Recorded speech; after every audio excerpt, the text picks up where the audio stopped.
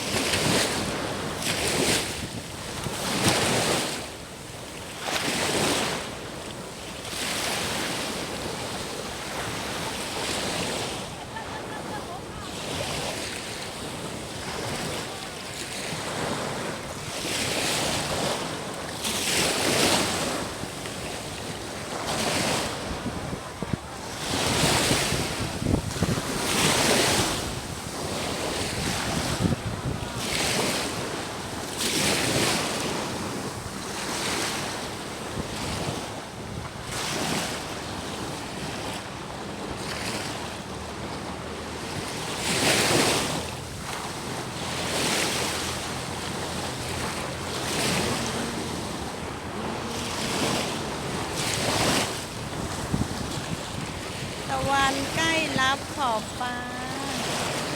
ฝากเพื่อนๆพี่ทุกท่านค่ะอยู่ทะเลก็มีแต่คลื่นทะเล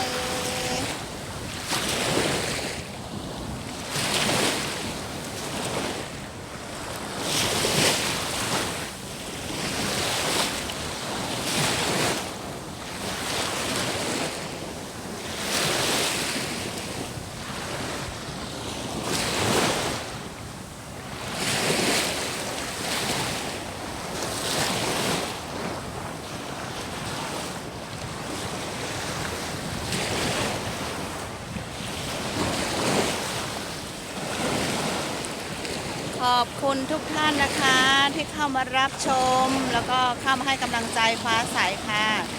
ถ้าไม่มีเพื่อนๆพี่ๆฟ้าใสก็ไม่อยู่ได้ทุกวันนี้หรอกค่ะเนาะมีเพื่อนๆพี่ๆทุกท่านที่เข้ามาให้กำลังใจขอบคุณจริงๆค่ะ